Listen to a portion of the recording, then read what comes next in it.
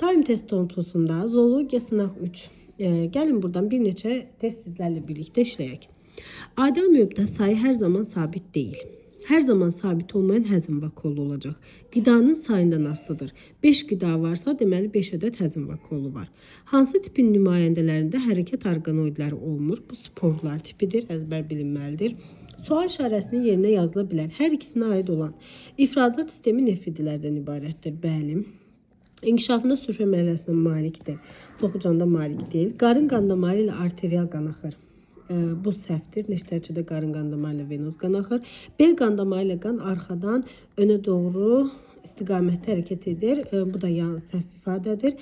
Neştərçidə bilirik ki, bel qan damarı ilə həm önə, həm arxaya doğru arterial qanla tədris edir bədəni. Tənəffüs orqanına malikdir. Neştərçi malikdir. Soxucan isə malik deyil. Deməli, cavab C variantını götürəcəyik.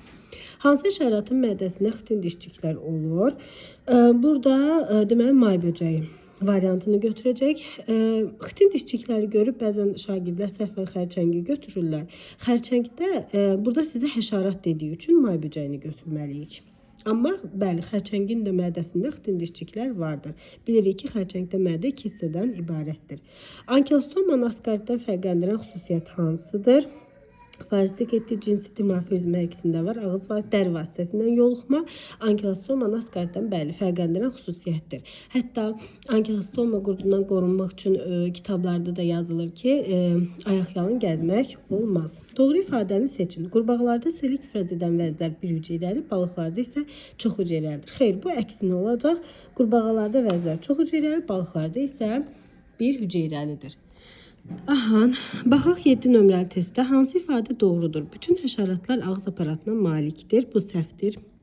Maye qidayla qidalanan bütün həşəratların çinədanı olur. Bəli, doğru variantdır. Bir ədəd xromatofor, 2 ədəd qamçısı olan da xlolvox və xlamidamanada. Hər ikisində 2 qamçı var və bir ədəd xromatofor var. Hər ikisi də bir hüceyrəli orqanizmlərdir. Xlamidamanada bir hüceyrəli yosundur, volvox isə bir hüceyrəli heyvandır.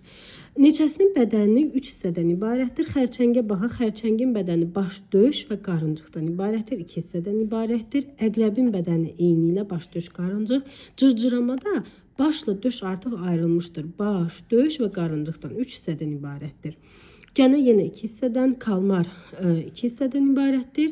Göl ülbizi isə baş, gövdə və ayaqdan 3 hissədən ibarətdir. 2 variantını götürəcəyik. Regenerasiya qabiliyyəti var, lakin qeyri-cinsi çoxalma yoxdur.